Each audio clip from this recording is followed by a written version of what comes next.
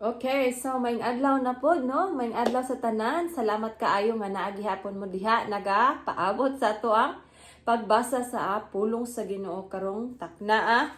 Unya naa na ta karon igsuon sa Numeros chapter 30, no? Glory to God. So hapit na ta na human igsuon, no? Pipila na lang ka mga chapter ang ato ang mabasa. Mahuman na to sa libro sa Numbers or sa Numeros. Kabalo ba mo nga daghan kayong dili kay ganahan magbasa sa kaning libro sa Numeros tungod kay ingon pa sila kanang boring kaayo kay permintira numbers ang imong makit-an. Pero igsuon, salamat sa Ginoo hapit na human sa makalabang na taani nga book, no, nga libro sa Numeros. And salamat sa Ginoo, no, kay hangtod karon naa gihapon ka diha nagapaminaw nagatuon sa pulong sa Ginoo uban nako. So thank you kaayo igsuon. So before ta magpadayon, magampo sa ta sa Ginoo, no. Hallelujah, dalaygon og mahimayaon namo nga Dios. Lord, salamat kaayo kay buutan ka nga Dios. Maayo ka nga Dios, milagroso ka nga Dios, gamhanan ka nga Dios. Ikaw ang naghimo sa langit ug yuta. Lord, ikaw among giila nga hari sa tanang mga hari ug Dios ka sa tanang mga Dios. Lord, magayukbo kami kanimo ug nining taknaa Ginoo kami Lord nagasubmitar sa among kinabuhi diha kanimo. Nagpaubos kami o God diha kanimo. I pray, Lord, nga ang imong balang espiritu mamuhat sa among kasing-kasing ug hunahuna karon. Lord, kuhaa ang tanang babag Ginoo nga nasa mong hunahuna. Pasaylua kami, Lord, kung nakasala kami batok kanimo, Lord, sa mong hunahuna, sa mong pagbati, sa mga pulong, and even sa among ang mga actions, oh God. Lord, papasa ang mong mga sala, Lord, pinaagi sa imuhang hamili nga dugo, nga imong giula dito sa cross, Lord. Salamat kay Ginoo nga dili nami kinahanglan nga maghalad pa og mga hayop, Lord, aron mapapas among mga sala. Kay imo naming gitubos dito sa cross, Lord. So salamat sa kabayaran sa among sala, Ginoo, nga imuhang gihatag, oh God. Nga ikaw mismo, Lord, nag-offer sa imong kaugalingon. So salamat, Lord, ag karon Ginoo sa among pagbasa sa imong mga pulong, oh God. I pray nga ikaw makig-istorya kanamo sa pinasahi nga pamaagi, Ginoo. Lord, among isurrender diha kanimo ang tanan. Dalaygon ka, o Dios, sa walay katapusan. Ikaw mong ginaimbitahan karong adlaw, Ginoo, sa among taliwala. Makig-uban ka kanamo, Lord, in Jesus' name I pray. Panalangini, Ginoo, bisan pa magtan-aw ni ini, pinagisangalan ni Jesus. Amen og amen. Praise God, no? Glory to God. So, thank you kayo. Matong basahon ang chapter 30 verse 1 sa Numeros, no? Sa Numeros kung na kay Bible maayo nga imo pong kuwaon, no, kay basig lahi imong version. Kay sa verse 1 nag-ingon, unya giingnan ni Moises ang mga pangulo sa mga banay sa Israel. Nagsugo ang Ginoo nga kon ang usa ka tawo may gisaad sa Ginoo ug iya kining panumpaan, kinahanglan nga iya kining tumanon, no?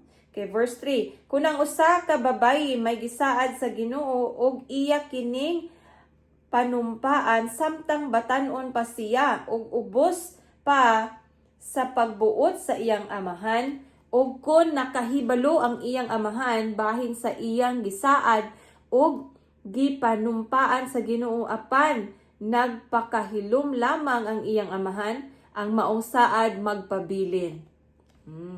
So verse 5, apan kun inigkasayod sa amahan niini musupak siya, ang maong saad sa batan-on mahimong walay bili ug pasayloon siya sa Ginoo kay misupak man ang iyang amahan. Verse 6, kun ang babayi magminyo samtang may panaad pa siya sa Ginoo ug masayod ang iyang mabana bahin niini apan magpakahilom lamang siya, ang maong saad magpabilin.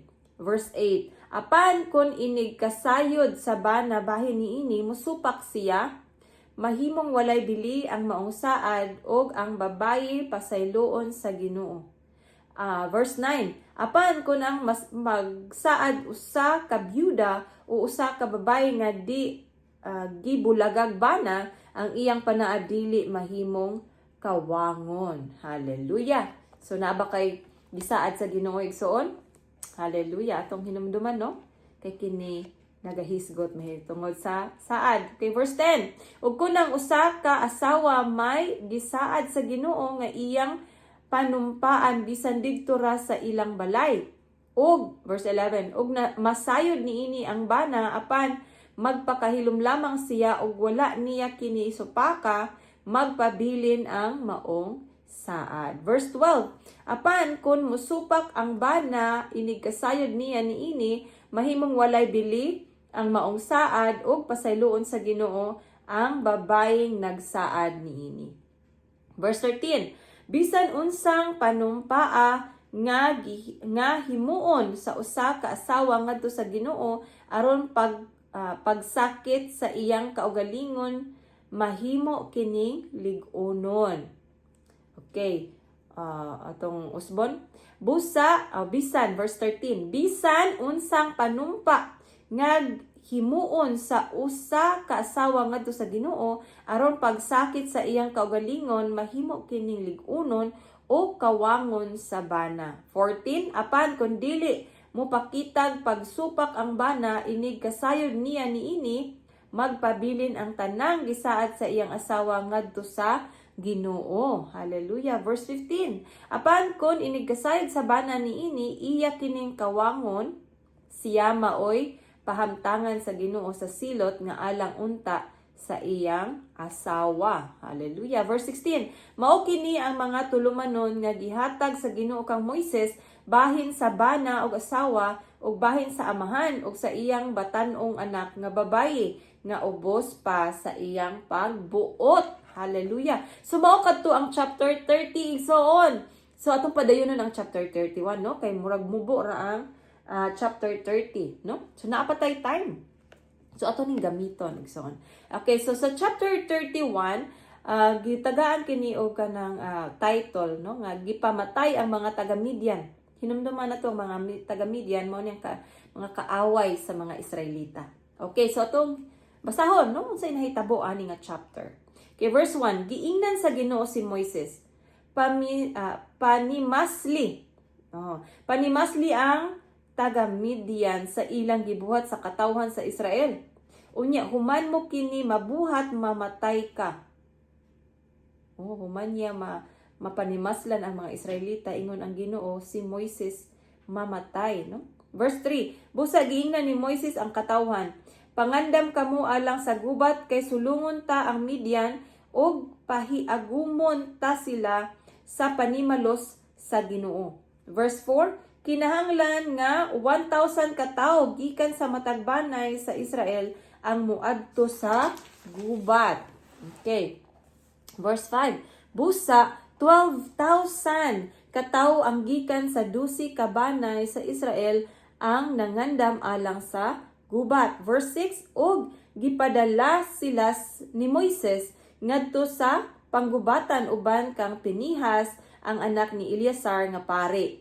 Si Pinihas nagdalag mga galamiton sa tulda nga balaan ug mga trumpeta alang sa pagpasidaan. Verse 7, gisulong nila ang mga Midian sumala sa mando sa Ginoo kang Moises o gipamatay nila ang tanang lalaki. Verse 8, gilakip nila ang pagpamatay ang 5 kahari sa Midian. Si Evi, si Rekem, si Sor, si Hor, o si Reba. Gipatay usab nila si Balaam, nga anak ni Beor, pinaagi sa espada.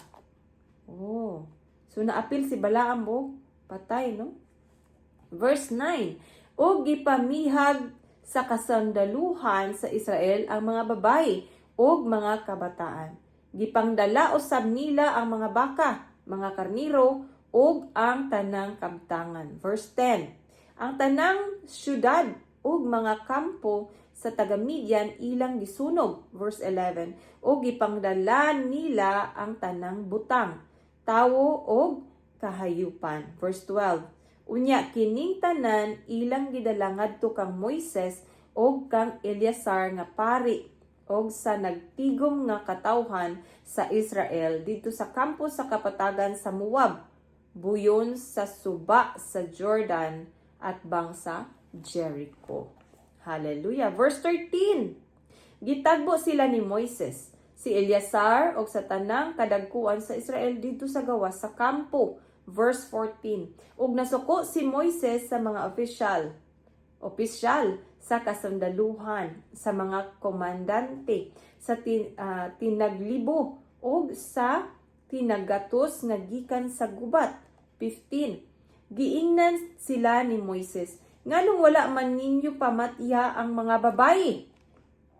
Sila maoy hinungdan nga gisalikway sa katawan sa Israel ang Ginoo didto sa Pure, pinaagi sa sugyot ni Balaam, ug tungod niini na hiagom ang Israel sa kamatay.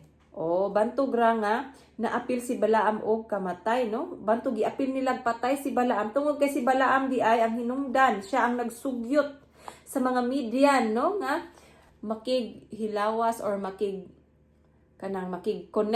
makig-connections sa mga Israelita, no? Dinamdaman nato nung usa ka Israelita nga nagdala og babay nga Midian, no? Ihang gipakighilawasan, silang duha gipatay, di ba? Sa previous na chapter nga atong gibasa. So mao di ay nagiapil si Balaam, no? Okay. So verse 17, busa karon patyan ninyo ang tanang batang lalaki ug ang tanang babayi nga nakasinati na sa pagpakighilawas og lalaki. Hallelujah, no? Katong mga tao nga o mga babae o lalaki nga nakaagi na og pakighilawas, patyon silang tanan. Hallelujah. Verse 18, apan ang tanang babaeng batan-on og ulay pa, ayaw ninyo patya aron sila inyong maasawa. Okay. So katong mga virgin pa, mga ulay, mga virgin pa nga mga babae, dili i-apil o pamatay, no? Katulang nakaagi nagpakighilawas. So murag kuan kay ilahang kuano? Kanang grabe ang ilahang silot, no? Kay pamatyon sila tanan. Verse 19, ayaw kamo pagsulod sa kampo sulod sa 7 ka adlaw. Ug kinsa kadtong nakapatay tao o nakahikap o minatay kinahanglang maligo. Lakip ang inyong binihag sa ikatulo o sa ikapitong adlaw. Verse 20, kinahanglan usab nga inyong labhan ang tanan ninyong bisti o hugasan ang tanan ninyong galamiton nga hinimog panit o balhibo sa kanding o kahoy. Amen. 21. Unya si Eleazar ang pari miingon sa mga sundalo nga gikan sa gubat. Mao kini ang giingon sa balaod nga gihatag sa Ginoo kang Moises. Ang bulawan, plata, bronse, puthaw ug tingga. Verse 23. Og bisan unsa nga dili masunog sa kalayo, kinahanglan nga inyong isugba sa kalayo aron kini maputli. Apan hugasi usab kinig tubig aron makuha ang tanang hugaw niini. Ang tanang butang nga masunog sa kalayo, hugasi ninyog tubig. Verse 24, labhin ninyo ang inyong biste sa ikapitong adlaw ug mahinlo na kamo ug makasulod na kamo sa kampo. Amen. So verse 25, no? Okay, unya giingnan sa Ginoo si Moises, ipha ang tanang butang ug mga kahayupan nga nadala sa kasundaluhan sa Israel. Ilakip pag-ihap ang mga taong ilang nabihag. Okay, patabang kang Eleazar og sa mga pangulo sa mga panimalay sa pag-ihap niini. Verse 27. Unya tungaa pagbahin ang tanan. Ang katunga ihatag sa kasundaluhan nga miadto sa gubat ug ang katunga bahin-bahina ug ihatag sa katawhan. 28. Og pangayog silbing bahin alang sa Ginoo gikan sa mga sundalo nga miadto sa gubat. Usa sa matag 500 kabuok sa tawo, sa baka, sa asno ug sa karniro. Okay. Pangayua kini gikan sa katunga nga nahibahin kanila ug ihatag kini kang Eleazar nga pari ingon nga halad alang sa Ginoo. Verse 30, o gikan sa katunga nga maoy bahin sa katawhan sa Israel, pangayua ang usa sa matag 50 ka buok sa tawo, sa baka, sa asno ug sa karniro. Unya ihatag kini sa mga Levita nga maoy tig-atiman sa tulda sa Ginoo. 31, busa gituman ni Moises ug ni Eleazar ang sugo sa Ginoo ngadto kanila. 32 to 35, ang tanang nadala sa kasundaluhan sa Israel gikan sa gubat mikabat niining mosunod nga gidaghanon. 675,000 ka karnero, 72,000 ka baka, 61,000 ka asno, ug 32,000 ka babayeng ulay. 36, ang katunga sa mga karnero nga maoy bahin sa kasundaluhan mikabat og 337,500 ka karnero, ug ang silbing bahin sa Ginoo niini mikabat og 675 ka buok. Ang mga baka mikabat og 36,000 ug ang silbing bahin sa Ginoo niini 72 ka buok. Ang mga asno mikabat og 30,500 ug ang silbing bahin sa Ginoo niini 61 ka buok. Kay 40, ang mga tawong